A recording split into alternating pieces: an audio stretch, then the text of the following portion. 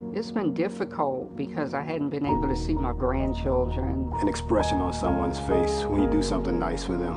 I miss all my friends in school. Visit getvaccineanswers.org so you can make an informed decision about COVID-19 vaccine. For 200 years, Montgomery, Alabama has been making history by people who had the courage to stand up for change. Today, this riverfront city has been reborn, embracing the past and looking forward to the future. From the National Memorial for Peace and Justice to the stage of the Alabama Shakespeare Festival, this is where history was and is made. We are proud to call Montgomery home, and together, we can be the change. Since 2002, Empowerment Resources, Inc., a nonprofit organization, has empowered more than 1,500 youth and adults in Duval and surrounding counties through its programs Journey into Womanhood, Girls Mentoring, Life Skills for Teens, and Parenting Education Coaching. To get involved with programs, volunteer, or donate, visit www.empowermentresourcesinc.org. Follow us on social media, facebook.com/empowerment.resources and instagram.com/empowermentjax.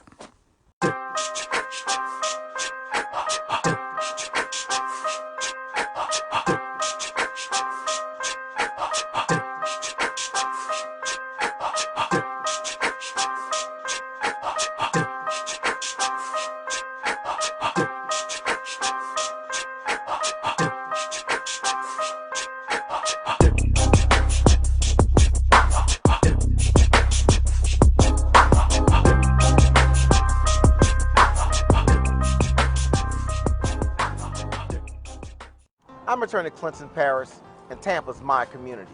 I grew up here, went to school here, and my wife and I make our home here. What makes Tampa special are its people. So when I represent someone injured in my community, it's personal.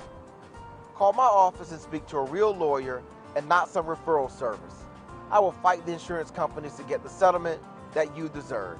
At the law office of Clinton Parish, we take the pain out of being heard. Okay, so how long have you been coming to stand? Since 1987. I've forever loved Stansburgers because the people, they're real people. They help the community and their family own and operate. And the food, the quality, and service has always been phenomenal. And anywhere I'm at, I always recommend people to them. It's great food, and you get enough love for your money. If you need a good place to eat and you want a good environment to support the community and support the effort of the Jackson community, I recommend Stamps Superburger to you because, like I said,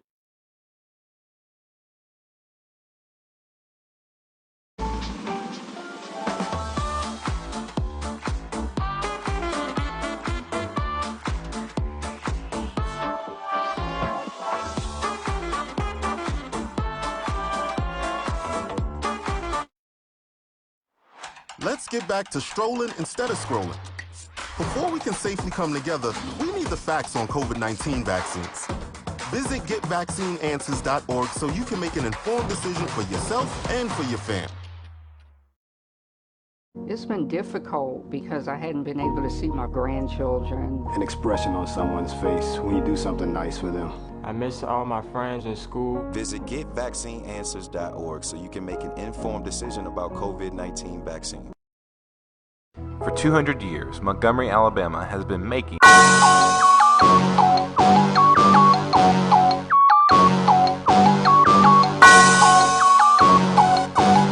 Yeah. I love my HBCU and ball. I love it, love it. I love it, love it. I love my HBCU and man, I hope my team they won. Yeah. I hope my team they won. Yeah, man. I hope my team they won. I hope my team they won. Yeah. I tune into the HBCU Sports Lab to see if my team won or lost. If they lost, I'm quiet as a mouse. But if they won, she tab. I'ma do the dab, yeah. Dr. Cavil, he know what he be talking about. Mike and Charles, they know what they be talking about. They compress the analytic data with your hip hop. If you know them like I know them, they gon' tell you if your team, if they won or lost, and who the ball. So listen to Professor, yes sir, and pay attention, cause he gon' teach a lesson. And you gonna learn today. This is Dr. Cavil with the Inside the HBCU Sports Lab. Yeah, Charles look like he ready to eat. I like it. I like it. How's it going, Charles? Doing well. Getting ready to go into week 2 of some exciting HBCU football action. So looking forward to it. It's crazy. It's just like we just were in week 0. Don't go too fast. Don't go too fast. We liking it. It is definitely coming at us fast and furious now with regards to football. But I tell you what, some great action this past week. Looking forward to some even more great action this upcoming week. A lot of out-of-conference games this upcoming week. So. Yeah, let's get into it. We're going to break some of those down.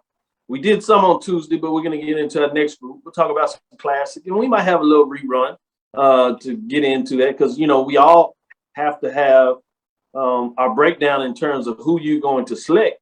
I might get in the mix since Mike is out on assignment, but let me get to it. Welcome to episode 177 of the Inside the HBCU Sports Live radio show and podcast, the show that's covering the sporting HBCU dives for all things HBCU sports, large and small. From the NAIA to the NCAA, we share insights and information on the HBCU sports culture, HBCU athletic aesthetics to facilitate the story of HBCU athletic programs and the business of HBCU sports. I'm your host, Dr. Cavil, with my co-host, Mike Watson and Charles Bishop. As you know, just Charles Bishop driving it home. Even he working out, putting his CrossFit on. I see you inspiring the world out there. We are filming from our home studios and sending a signal live to KCOA's 12:30 a.m. studios from Texas Radio Hall of Famer, Ralph Cooper getting it done in the beautiful home of Texas Southern University from Houston, Texas. Today's episode of Inside HBCU Sports Lab is sponsored by THC Agency LLC. THC Agency is a company that provides sporting and educational consulting and data analytics. Today's show will be a good one as we do our rundown of HBCU news. We'll get into some games that you need to keep in mind, see your thoughts, and let me shout out before I twist it to you, Charles, and see what your thoughts are. Let me give some shout outs to these lab listeners out here, man. They going hard in the paint as they always do. Ricky Burton, William E. Davis, and several others. Michael Ford, good evening. Ready for tonight's lecture? Hashtag A&M, hashtag bye week. I'm going to float this out there. Week 3, it gets interesting. A&M traveling to Bethune-Cookman. That second matchup, if you would. We had the Jackson State FAMU. Now we have Bethune-Cookman debuting. Alabama A&M on the road to Bethune-Cookman. That's a surprise. A lot of people have Bethune-Cookman as a surprise. Will it happen that early in the season they jump on somebody? Or won't they do it? We'll see. Burton says, we in the lab, baby. Yes, Graham fan. Hashtag Graham fan. I like it. John Richardson. James Bryant. Michael D. Jones. Good afternoon, week 2. The Braves need a win. Yes, they do. And we'll talk a little bit about that. That's a good one to get in there. Get a chance to do it. James Knox. William E. Davis said, when the dark clouds gather on the horizon, there's something about strike and strike again. Yeah, I like it. Reggie Watson. Good evening, gentlemen. Yes, Reggie. CIAA in the house. Mary Allen. Hello, guys. Thank you. Mary, CIAA in the house next Thursday night. Oh, boy. We have a big one Thursday night, too. Let's get this on here. SIAC, you talked a little bit about the Edward Waters. Prime time. ESPN will be nice in that matchup as they get it going on. But let me go back to you, Charles. What are your thoughts? What's hot to you right now? Yeah, quite a bit of hot news coming out. But you know what, Dr. Bill, let me shout out Chuck Hunt and Kate Johnson. They were down there at the Orange Blossom Classic. Chuck hollered at me, so I definitely want to send shout outs to Chuck Hunt. Great guy who always follows us week in, week out. Lab listeners. But when we no doubt about it. Good job, Chuck. I saw the picture. Chuck, appreciate you. Was in the house representing. I see. Yes, indeed. But let's start off, and this is a product of the times that we're in as Tuskegee. They became one of the latest schools to look at altering their football and their homecoming activities. So very important message from the president that came out, but effective immediately. The university, they're going to limit the size and access to regularly scheduled public activities, including upcoming home football games and athletic events. Additional measures include this right here. Attendance at all home football games and athletic events will be limited to currently enrolled students, faculty, staff, and designated contingent groups from the visiting team. Tuskegee students who wish to attend home games must show proof of a negative COVID-19 PCR test that has been conducted no more than 7 days before the event. So Tuskegee faculty and staff must also provide proof of a negative COVID-19 test within 7 days. Spouses and other family members of faculty and staff are not allowed to attend the event. So this is more guidelines, if you will, in regards to some of our HBCU teams and their homecoming activities and their home games. So this will significantly affect something that we all look at. We all look at attendance. So. Great points you're making there, but let me double dip on this one. North Carolina A&T to require vaccination and negative COVID-19 test results at sporting events. That one is courtesy of HBCUSports. The Tuskegee one that I read on that you spoke about was courtesy of HBCUGameday. So you see it going back and forth. They went even deeper in terms of what they Aggies, many of them call out the greatest homecoming on earth. They have counseled some of the events associated with that. And so that came out this past Wednesday. So you see them matriculating out. North Carolina will require vaccinated fans under 12 of age to take a COVID-19 test within 72 hours before home contests and prove they have a negative test. So you'll see more of that. Earlier this week, you had CIAA, COVID-19 game cancellation policies. We've seen these roll out for conferences, seeding and ranking from CIAA. They talk about the process and pretty involved, whether it's volleyball, softball, tennis, bowling, obviously football. They break down in terms of reschedule the game if possible, but they have a due date that you have to do that. November 10th, April 30th, April 20th, and March 20th, respectively, between those sports. And then football, the only date they have is prior to the Saturday of the conference championship game. So it's fascinating. We see all this. So let me throw this back to you. What are your thoughts on this? You said it was a sign of the time. Do you see this as a good move first? And two, do you think you're going to see many other HBCUs specifically doing this as well? I think we are the significantly affected group. So yeah, I do think that we'll see more protocols put in place by our various athletic teams, but you have to be proactive. The reality of it is during this current time period right now, the COVID numbers are, what they are. They are not coming down. They're still high. And the African-American population is a significantly affected group. So until there's, more vaccinating, masking, things of that nature, I think, universities have to be proactive. And I think this is what you'll see. I agree with you, Charles. And, as a little plug, you can even make sure that you mask up supporting HBCU sports labs. So I agree with you in all seriousness. Get vaccinated. We've seen the testing that's out there. And on the other side, more than anything, we've seen the tragedy of folks for whatever reason that didn't get vaccinated. And it's affecting young people. And a lot of that has to do with adults making the decision of not doing it. And at this point, children have an option under 12. And so that's almost callous in a lot of ways that you could be that self-indulgent within yourself to understand that there's a greater good. And so I know in a lot of ways, we're not necessarily speaking to our lab listeners because they are very loyal, very educated in a lot of ways.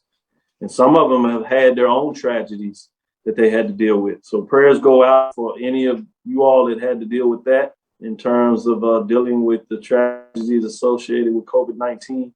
But hopefully we can do what's necessary to support that. So we'll come back. We told you earlier that we're going to do our little mass in terms of some pick'em. We'll throw that out there. We had that with pick'em. We didn't get it in there, but they told you JSU and FAMU. I think they went to JSU, but we'll get a chance to test Charles today and see what he thinks on some of those pick'ems. But as we do that, get back to some of the stuff associated with more of the games. What else news do you have out there in the HBCU world, sir? Well, I thought this was significant. When you take a look at the Jackson State and FAMU game, in terms of the rating that it pulled, 0.422 rating, that rating nearly doubled the Pac-12 Big Ten matchup of Oregon State and Purdue. So we're taking a look at Jackson State and FAM had a total viewership of 715,000 viewers. So I think that's significant. You couple that along with the great numbers that were pulled week 0 with the MEAC SWAC challenge. And, all signs are pointing up in terms of something you've always talked about, Dr. Cavil, how important a television viewership is with regards to watching the HBCU. So it's something to continue to watch during the course of the season, where those ratings come out and see who's not only attending the game, but even more important, who's watching the game. Attendance was solid, beat out. The reports were talking about how it beat out several of the Power 5 schools in their attendance, and some of just the G5 schools. And then you add on the rating, what they got. That's significant.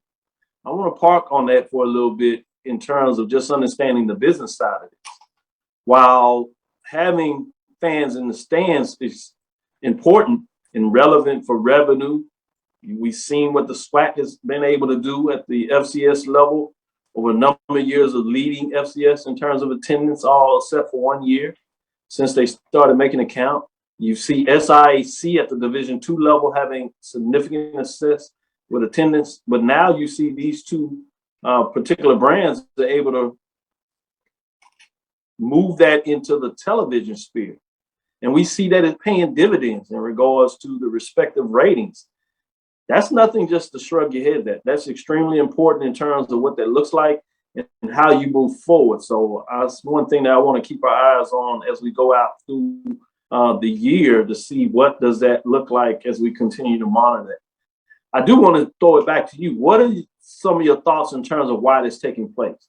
We talk about the cultural aspects of it. Where are you going with this? What do you think is some attributions of what we see going on in terms of that? And I'm sure it's more than one thing, but you put your hands on a couple of them. Yeah, I think one thing is the pent up excitement of watching college football. That's one thing that I think is a significant driver, and especially teams that you didn't get an opportunity to see in the spring. I think Alcorn, North Carolina Central, that was a great MEAC SWAC challenge. Everybody I knew who's an HBCU fan, they were in front of their television watching that game. Jackson State and Florida A&M, that is a significant matchup in terms of two brand names within HBCU football that had an opportunity to get it on to start the season off. So that generated quite a bit of excitement. But I think you just have this pent up energy in terms of HBCU football and everything that Coach Prime, Deion Sanders, has brought with regards to the exposure, I think, of watching the HBCU football. I think that plays a little bit of a hand in there as well. So I'm not sure right now how big a hand, but I think it's definitely a hand that's played in there. So you got to look at all those factors in regards to why people are tuning into our product, and they're getting a good product. You got a great game last week with Jackson State and Florida A&M. You also got a great game with Alcorn and North Carolina Central. So I think those are people are starting to see that we do play really good football with our HBCU ranks. And part of that is just the entertainment value. When things are entertainment, you have a close competitive game, that's going to help with the ratings as well. G. Boom Holly put something out there that we do need to acknowledge and consider. We will see how those ratings are when everyone is playing on Saturday night like these week 0 and Sunday game. Competition for viewers were different. Very true. The competition is going to be out there. But part of that week 0 was a strategic decision to make sure that you got in front of the competition. So part of the strategy of putting in week 0 is just that. So you do not have that competition.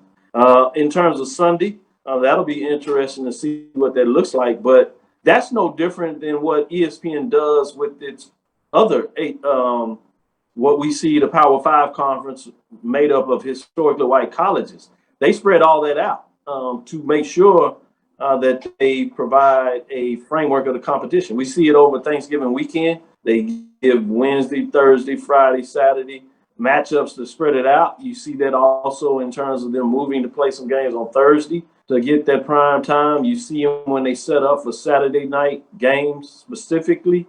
So that is just a truism for the television market in and of itself. But I do think that is a great point that you make out there in terms of G. Boone Humley, what that looks like. With that, Lonnie Shaw, giving a shout out, Kate Johnson, giving a shout out to these individuals. Let's go to our first break. This is Dr. Cavil inside the HBCU Sports Lab with Mike Washington and Charles Bishop. We'll be right back with the second quarter. Let's get back to strolling instead of scrolling. Before we can safely come together, we need the facts on COVID-19 vaccines. Visit getvaccineanswers.org so you can make an informed decision for yourself and for your family. It's been difficult because I hadn't been able to see my grandchildren. An expression on someone's face when you do something nice for them. I miss all my friends in school. Visit getvaccineanswers.org so you can make an informed decision about COVID-19 vaccine. For 200 years, Montgomery, Alabama has been making history by people who had the courage to stand up for change. Today, this riverfront city has been reborn, embracing the past and looking forward to the future.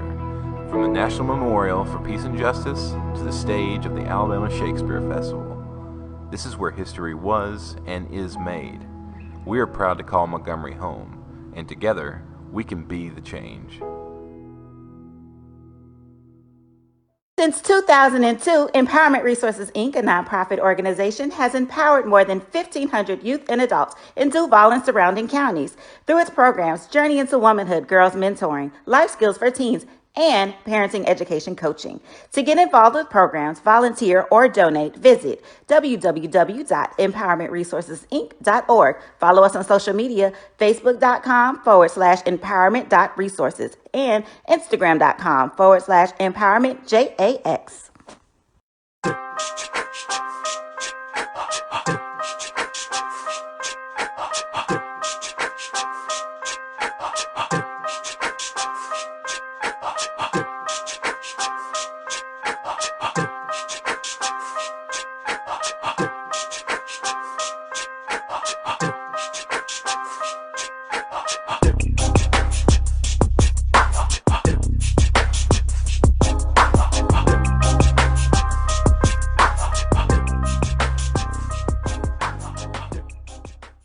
I'm attorney Clinton Paris. Compress the analytic data with your hip hop. If you know them like I know them, they gon' tell you if your team, if they want a law, and who the ball.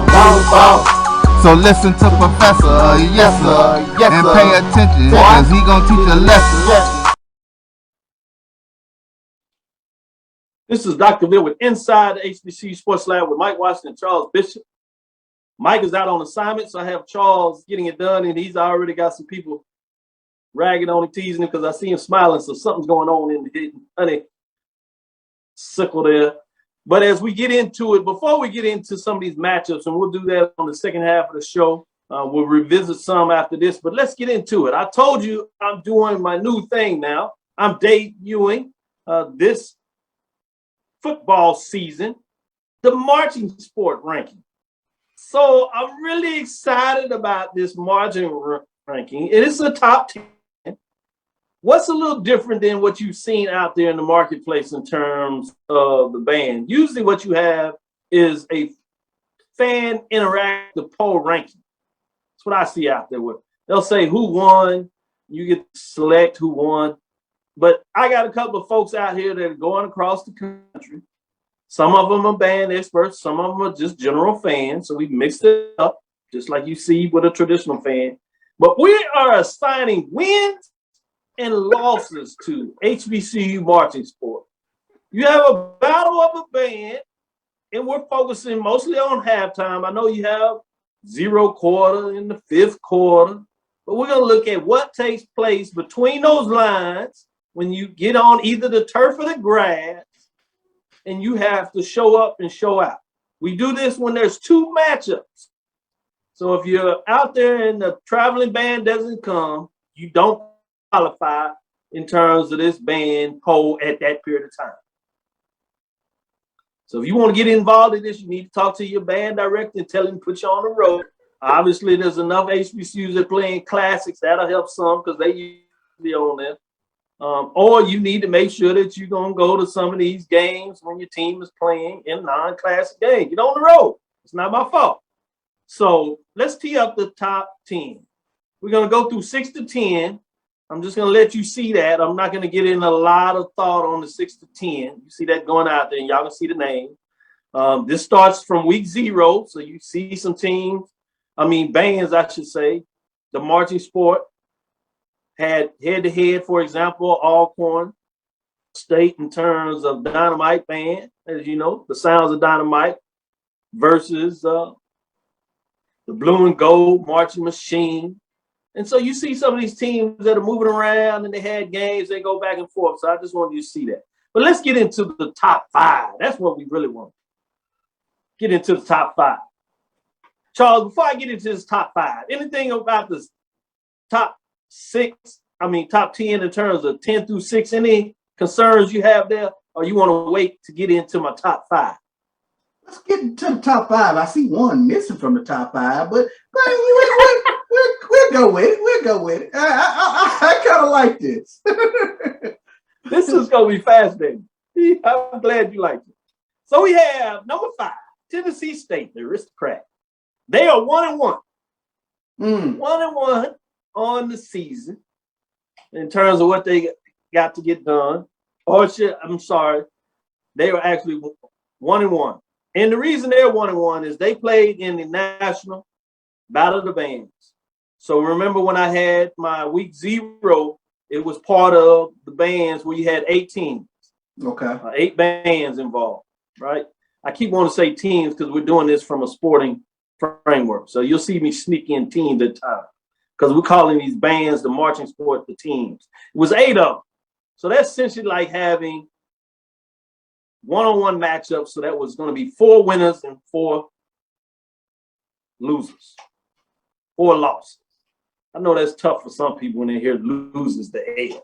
I don't know, some of y'all can't handle it. Yeah, it's a loss, right? So Tennessee State was not ranked in week 0. They had a loss. They were not part of the top 4 that were ranked that week, so they had lost. They bounced back against Grambling as they went into Cleveland for the Black College Football Hall of Fame. And for my folks that watched the game in person, they gave the nod, the victory to Tennessee State. So they jumped in the top 5. So they 1-1. Okay. They got the L for the National Battle Band. They couldn't get in the top 4, but that direct matchup with Grambling, they got their weight back up, so they won. So it'll be interesting this week because now they get to go down there. Southern Heritage Class, they got another matchup. So they've seen 3 in a row. We're going to see if they get on a roll or do they hurt themselves. 69 points. Prairie View, the Marching Storm, 1-0. And notice they had a conference matchup. So they both got a 1-0 overall, and they get a 1-0 in the conference matchup. That's pretty cool. Okay. So they got to do conference match against Texas Southern, the Ocean of Soul. Yeah. People were saying the Ocean Soul new band director, they sounded really well, smaller in size. But ultimately, what the people told me, it was Prairie View. So they are top 4. They were not ranked because that was their first matchup. Okay. Going into number 3, we have Southern. They were part of the National Battle of the Bands, and they won. They move up some spots, even though they didn't have a head-to-head matchup this week against another HBCU, because some teams fell out and lost a matchup. They moved up 3 spots because week 1 they were number 5. At number 2, you have another example of that Bethune-Cookman, as they were in the National Battle of the Bands. They were top 4 ranking, so they had a 0. They didn't play in terms of HBCU battle matchup. 2 first-place votes. Some people think they should have been number 1. They move up 2 spots for number 4. At number 1, you have the Florida A&M Marching Storm 1-0. They were on national TV. They had the guy dunk the basketball and all this kind of stuff. They edged out Jackson State. Now, Jackson State is 1-1. Okay. They won and they were top 4 in the National Battle of the Bands, but the head-to-head. And look at this again. This was a conference matchup. So you see, FAMU was 1-0 overall, also 1-0 in terms of the head-to-head conference matchup. It's going to be fascinating to see what this happens week to week, to see what the people think about them. Do they say thumbs up or thumbs down to Dr. Cavil's marching sport HBCU band poll rankings? I want to know what the people say.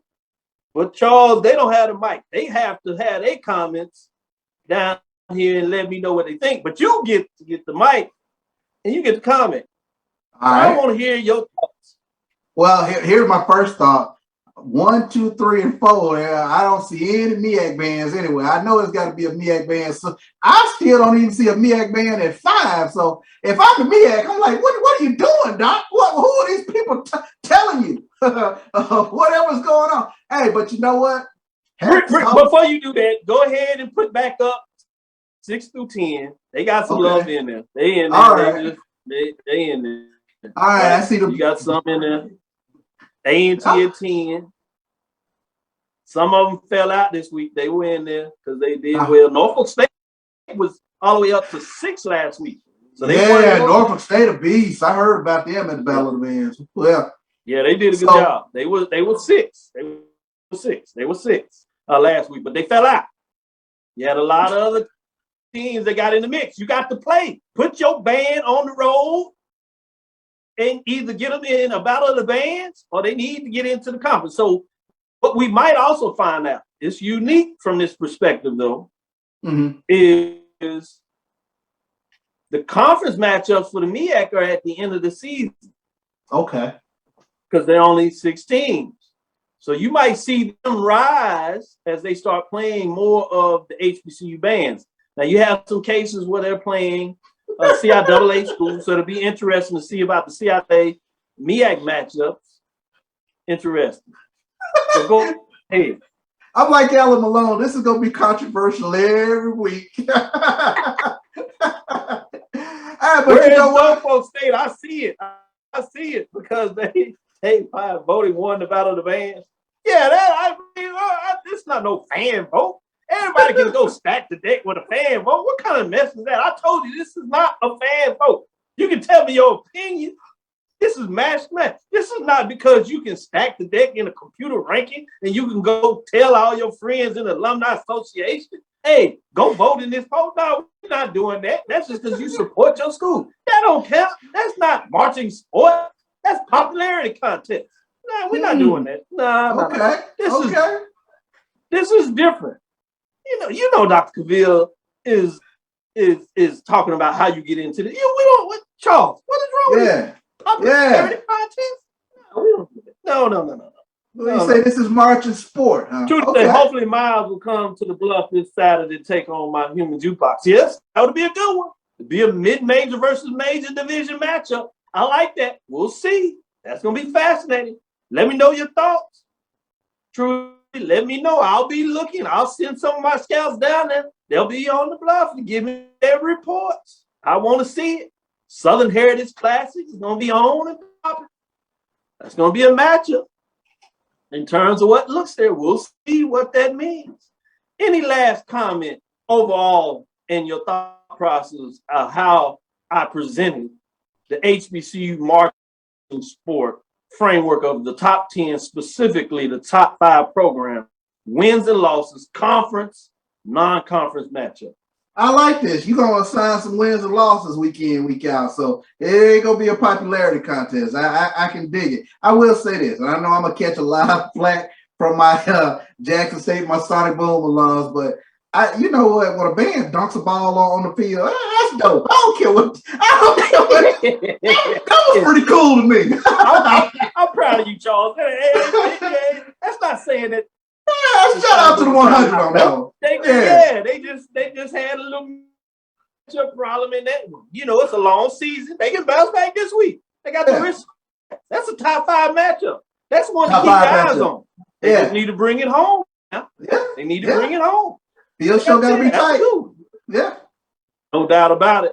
Well, this is Dr. Bill inside the HBCU Sports Lab with Mike and Charles Bishop. First half of the show, you see week 1, the HBCU marching sport top 10 poll rankings. You saw the top 5.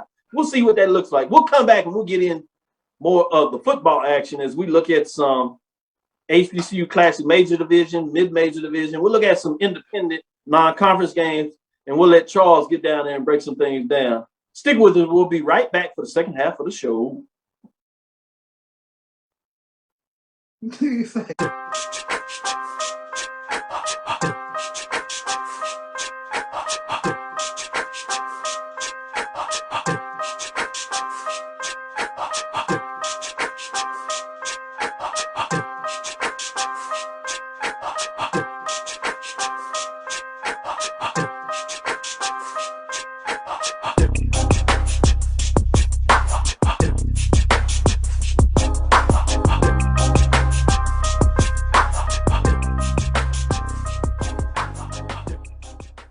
I'm returning to Clinton Paris, and Tampa's my community. I grew up here, went to school here, and my wife and I make our home here. What makes Tampa special are its people. So when I represent someone injured in my community, it's personal. Call my office and speak to a real lawyer and not some referral service. I will fight the insurance companies to get the settlement that you deserve. At the law office of Clinton Paris, we take the pain out of being heard.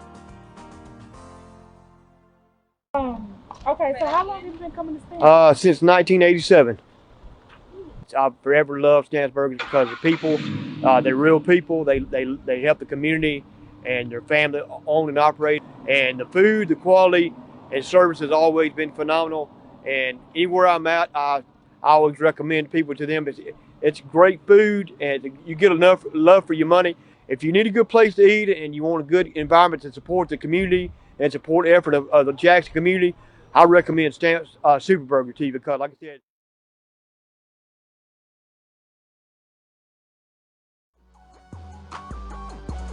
Compress the analytic data with your hip hop. If you know them like I know them, they gon' tell you if your team, if they wanna lose, and who the ball.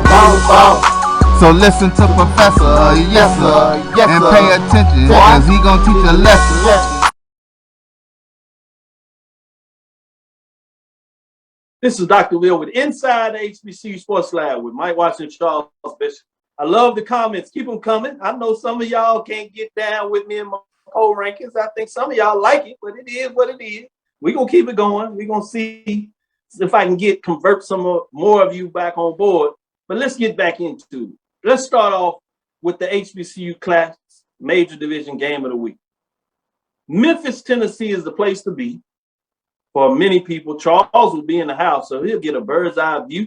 I saw you on the sideline doing your thing, getting people off the field, getting comments. Brilliant job, great job. Appreciate what you're putting in there. Mm-hmm. But now you got to go face Tennessee State, and Jackson State will get it on. Non-conference contest, Liberty Bowl, Memorial Stadium. Obviously, people know about the coaching matchup between two Hall of Fame coaches, Eddie George, Coach Prime, Deion Sanders getting it done. Southern Heritage Classic Saturday, September 11th, 6 o'clock, and it will be on ESPN3. I have it as the number 3 Jackson State Tigers, 1-0 overall, 1-0 in the conference race after defeating FAMU in a defensive struggle. Got it done down there in Miami. Versus Tennessee State Tigers that come in 0-1 after the Tigers lost their first game of the year against Grambling State in Ohio in the Black College Hall of Fame Classic there. Charles, I dressed it up. What are your thoughts on this matchup? Well, I tell you what, this is going to be a very interesting matchup, and the question becomes which team's offense can get on track. Both teams huge defensive performances last week, but really when you take a look at Jackson State, they missed some opportunities that I thought were there, and then they kind of shot themselves in the foot a little bit with a couple of turnovers, but they never could really get into an ebb and flow against Florida A&M. Hats off Florida A&M's defense. Sort of same situation with Tennessee State Grambling. I think it's sort of an ebb and flow sort of situation where both teams really couldn't get things up and going. Tennessee State playing 3 quarterbacks. So I think who is going to be the quarterback that's going to step up in this game? But I tell you what, take a look at Jackson State's defense. If this past Sunday was a precursor to the rest of the season, Jackson State's defense is going to be a real issue. Defensive Player of the Week, Aubrey Miller. He flies around all over the place, but they got a pass rush. That's something we didn't see this past spring. Niles Gaddy and James Houston both coming off the edge, and then getting Malik McClain back this week. Another impact transfer that a lot of Jackson State fans are looking for. So I think Jackson State will get this win. I think Jackson State's offense is going to get on track. They got some weapons that I know without a doubt. I've seen them up close. They can get downfield fast. So I think Jackson State unlocks the key, unlocks the lock, if you will, this upcoming week against Tennessee State, and they will get the victory. I see you going in. So you're saying I need to bring out my Jackson State mask? So you're already calling the shot. You're saying Jackson State will go home and get it done against Tennessee State? It's a grudge. It's a grudge match, but I do believe Jackson State will make it 2 in a row over Tennessee State. I see you. I see you. Wear your mask. Wear your mask. Go out to the game. Make sure you're vaccinated. We don't want you spreading anything. Be safe. Get your barbecue on. Get to the game. Watch the Battle of the Bands. Report back and let me know your thoughts. And I'll make sure that the poll rankings will reveal it. But we're also going to talk about what does Jackson State do. 3 as they go up Tennessee State. Can Tennessee State pull up the upset? Jackson State, in your mind, will get it done. I want to go just a little directly in terms of what you saw at Tennessee State defensively. Are there some concerns you see with them facing up at Jackson State? I thought Jackson State didn't push it that much on offensive, but you got to imagine that week to week, they're going to open things up just a little more. And then part of that was how well FAMU played on defense in regards to it being a game. And if it's a game, still doing it, that you're not going to do as many things if you're leading and you can depend on your defense. Do you see them opening up a little more, or do you see opportunities for Jackson State against Tennessee State's defense?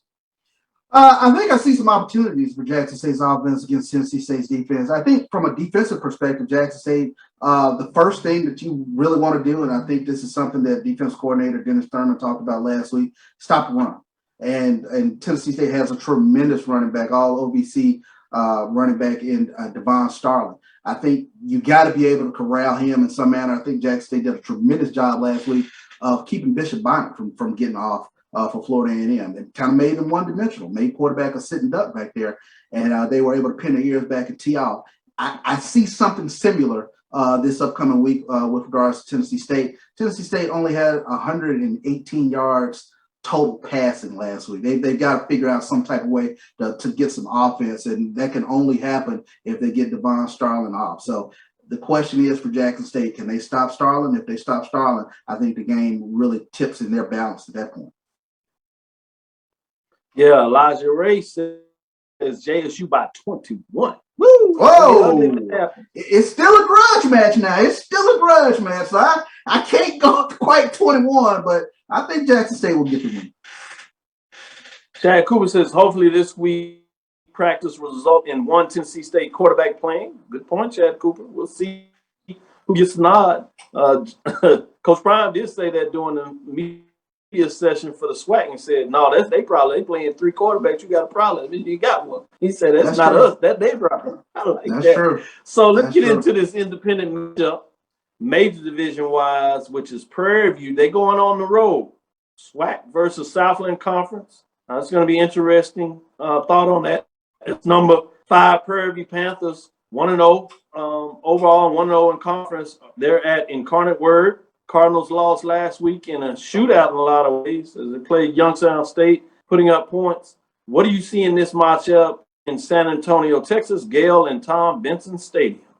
This is going to be a fun one. If you're a fan of offenses, you got two quarterbacks who can really fling the ball all over the place. When you take a look at Cameron Ward for Incarnate Word, he threw for 354 yards and 4 touchdowns last week. Incarnate Word is one of those Southland Conference teams.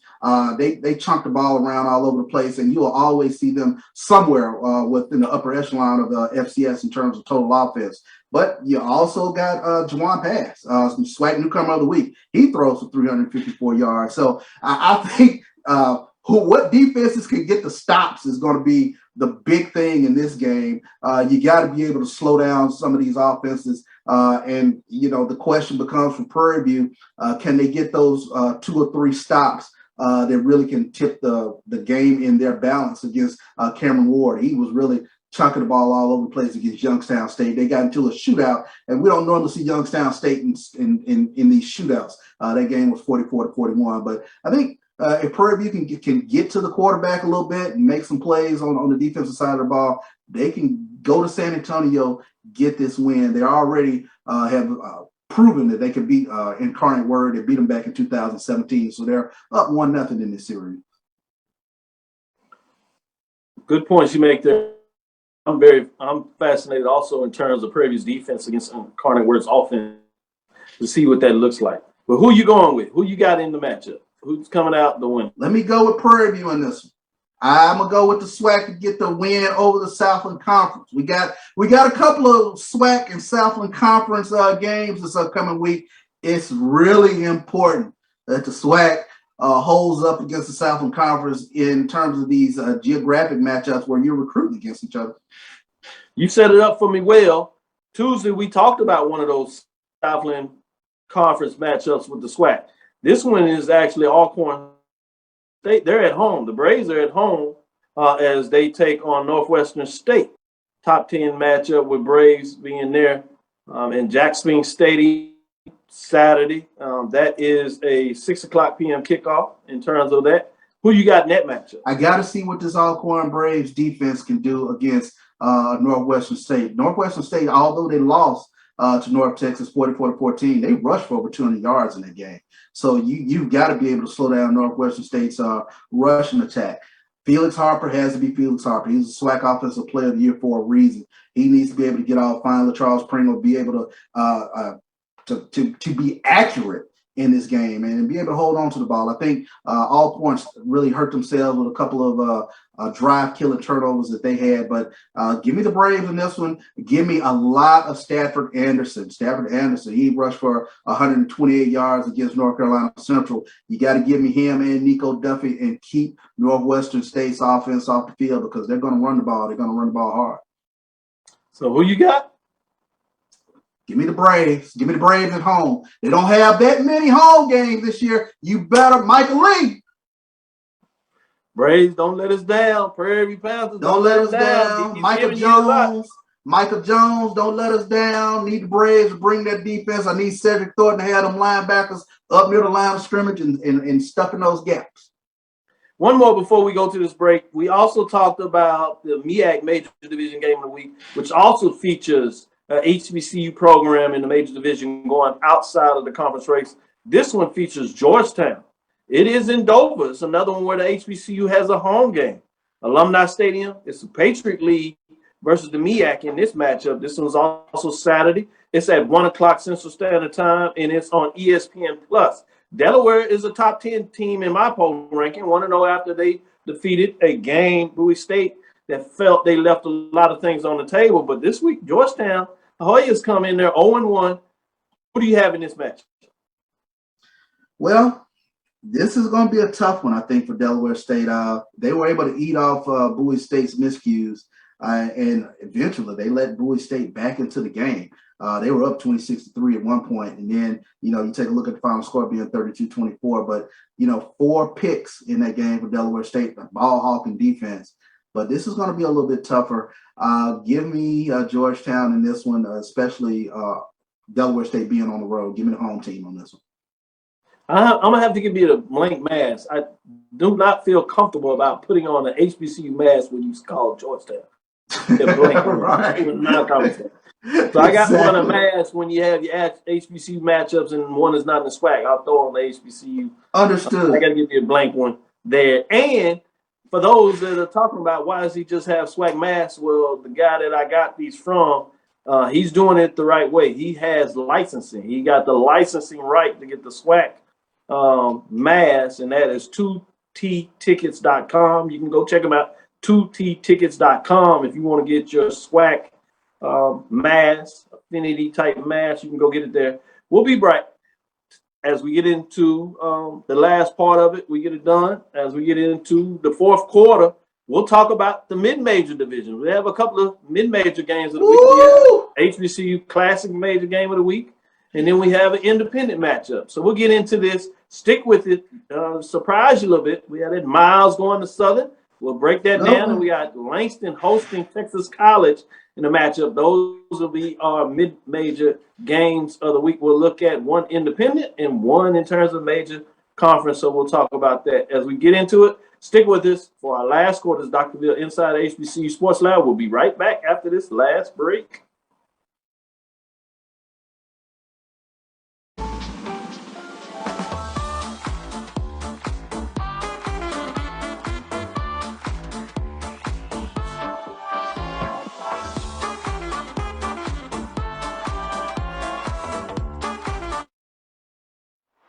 Let's get back to strolling instead of scrolling.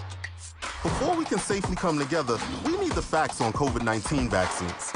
Visit getvaccineanswers.org so you can make an informed decision for yourself and for your family.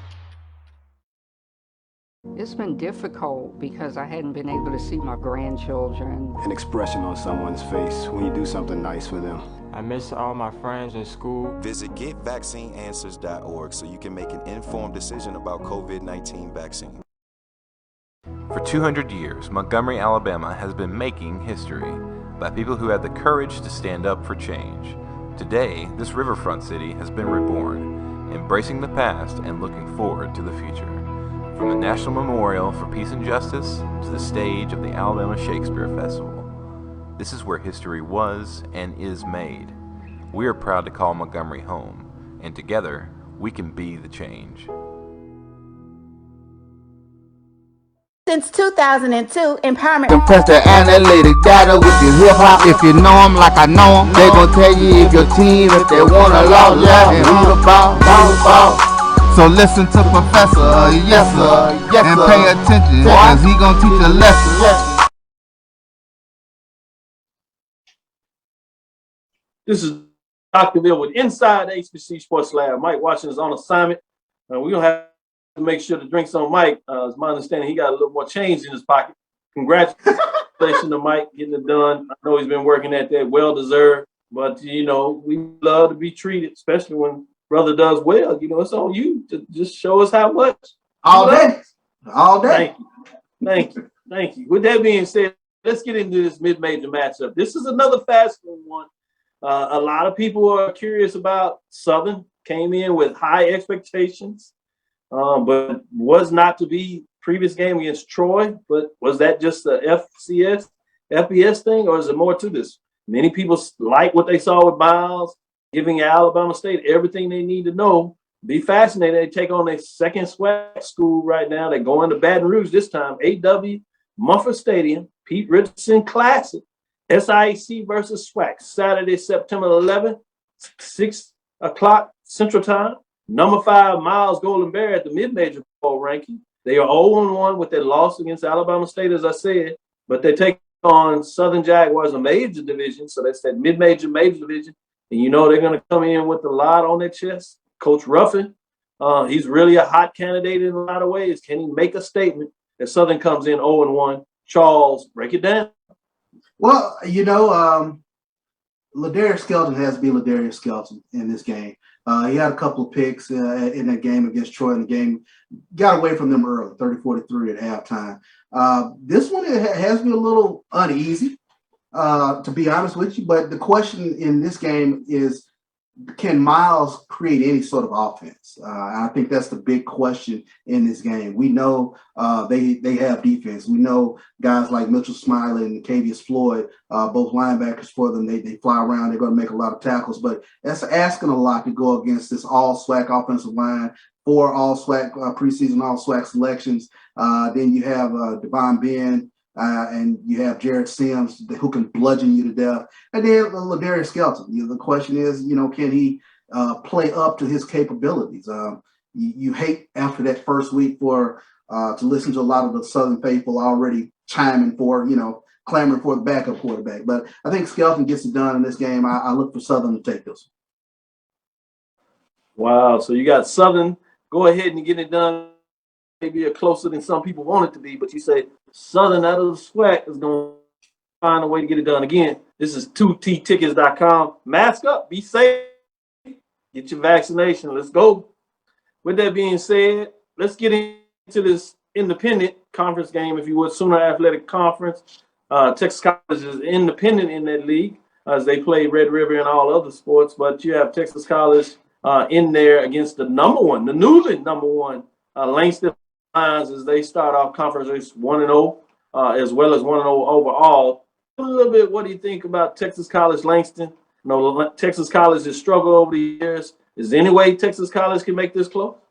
No, this will be a struggle for Texas College. You got to feed this ball to Larry Harrington from Langston and give it to him often. Opening weekend, he rushed for 90 yards, but I'm looking for him to have a real big game against Texas College. Look for Harrington to get over 150 yards, and Langston should win this one pretty easily. I think you're right on it when you talk about what's going to go on there in that matchup. In terms of mid-major games, we got into some of them. I do want to go back and at least get your thoughts on who's going to come out of those games. I know we went in depth. There's a good one there. Wingate, North Carolina. You broke it down really well. South Atlantic versus CIAA. Wingate is hosting number 3 Fayetteville State in my mid-major rankings. The Broncos versus Wingate. Who gets it done in this game? What's your score on this one? That's a pretty good one. That's a good one. Fayetteville State really played well the first game. They're looking to get over the hump. Wingate is strong coming out of South Atlantic. Who you edging? Which way you going? Let me go with Fayetteville State on this. Let me see what this defense is talking about. Initial game for Fayetteville State, you had Keyshawn James, 3.5 sacks for the Broncos. So let's see what Fayetteville State's defense can do against Wingate and see if they can cause a little havoc back there and tip the scales in their favor. So look for the Broncos to come out with a W on this. Lane Dragons hit the road this week. Made it somewhat interesting. Stuck around and did some good things. Pine Bluff really controlled most of the game. Got it done against Lane Dragons as they gave them the first loss of the season. But now you got an SIAC matchup. Clark Atlanta found a way to go on the road, get it done. Late score with Livingston. Excited about what Clark Atlanta Panthers. Many people don't give them much credit. They went on the road and got a solid game. Obviously, a team up their ilk. But now they're in a conference race. Lane comes over there. Who you got? Lane Dragons. Do they rebound in this matchup? Or does Clark Atlanta, number 10 in the ranking, do they keep it going? Etch up in the top 10 ranking next week and find a way to get their second win of the season? A conference win. Which way are you going with this matchup? Yeah, I'm leaning towards Lane in this one. Tariq McKenzie, quarterback, and Anthony Evelyn, wide receiver. They make for a dynamic duo over there in the SIAC. And then the Dragons, they got a solid collection of defense. When you're talking about defensive end, all SIAC selection, Bray McKenzie, and then you also got Jeffrey Johnson. So I think they have a solid team top to bottom, but you're talking about that quarterback duo with McKenzie and Anthony Evelyn. I think that's a lot for Clark to bite off. So I'm going to go with the Lane Dragons in this one. Well, you broke down all the top 8 games that I had going on this week between Tuesday and Thursday and gave me your score and your breakdown. Little bonus time for you. You did so well in all that. I'm going to give you a chance to tell me, is there a game that any of us need to keep our eyes on that we didn't have part of the top rankings? I'll give you a little freestyle, if you would. Anything that you want us to consider that we need to say, hey, check out this matchup. Keep your eyes on this. It's interesting, and this is the reason why they want to keep their eye on a particular matchup. I don't think we included Florida A&M and Fort Valley State, but we have a quarterback change for Florida A&M. Now, Florida A&M, they got all the defense in the world, but they still got to work out the kinks, I think, on the offensive side of the ball. I think this will be a game that, they'll get challenged a little bit with Fort Valley State, but I expect the Rattlers to get the victory. But, I like these SWAC SIAC matchups, and every now and then, We see the SIAC punch the SWAC in the nose. I think Jackson State can tell you well about Kentucky State. They can tell you well about Tuskegee. So, we've seen it happen. Similar like you talking about Miles going into Baton Rouge to play Southern, how confident the Golden Bears will go in that game. You have that with the Wildcats, Fort Valley State. They locked off their longtime forward to Tuskegee, shut them out, doing it in a great format. It'll be fascinating and interesting, as you said, to see, because they're going to come in with some confidence. And while you got to believe FAMU's confidence is high on the defensive side, they probably question themselves a little bit on the offensive side. They made the move with the quarterback. How much are they going to let them swing it? What are the nerves of, first-time home start for a freshman? It'll be interesting. That's one of those games, much like Southern, you're going to want to get out in front of this. You do not want the visiting team in this, our mid-major Division II team, SIAC team, to stick around, because they're going to get even more confidence, and then your team may think twice about it. So great matchup, another one to keep your eyes on in terms of SIAC versus a SWAC matchup in terms of that. With that, that'll do it for us. Thank you for listening to Inside HBCU Sports Lab. Make sure you share our podcast with your friends and colleagues. I am Dr. Kenyatta Cavil, the Dean of HBCU Sports, coming from inside the lab in the College of HBCU Sports with Mike Washington and Charles Bishop. We hope you enjoyed the breakdown of our games of the week and the poll rankings. A lot of people seem to have fun on that. Stick with us. We got some matchups this weekend. We got some head-to-head matchups. Somebody's got to win. Somebody's got to lose when we talk about the HBCU marching sport. And I'll be here to tell you where they fit in the top 10 poll ranking. We'll focus on the top 5. We'll tease you a little bit to see who's dropping out, who's coming through. Let me know your thoughts. Follow me, Dr. Kenyatta Cavil, on Twitter, Facebook, and Instagram. That's DrKenyattCavil. Look forward to us as we get and give you a breakdown of what took place on Saturday. You got the game of the week in terms of the SIAC tonight. Make sure you tune that in, get that in there. We'll break that down for you. And also on Sunday, we'll have our wrap-up to give you everything, 9 o'clock a.m. Sharp in terms of Central Standard Time. Get that done. That's DrKenyattCavil on Twitter, Facebook, and Instagram. Inside the HBCU Sports Lab 1 on Twitter, Facebook, and YouTube at Inside the HBCU Sports Lab on YouTube. Dream big and continue to move forward. We will talk with you soon. Of course, Charles. Lecture. Dismiss. Test the analytic data with your hip hop. If you know them like I know them, they gon' tell you if your team, if they want to lose, and who the ball. So listen to Professor, yes sir, and pay attention, cause he gon' teach a lesson.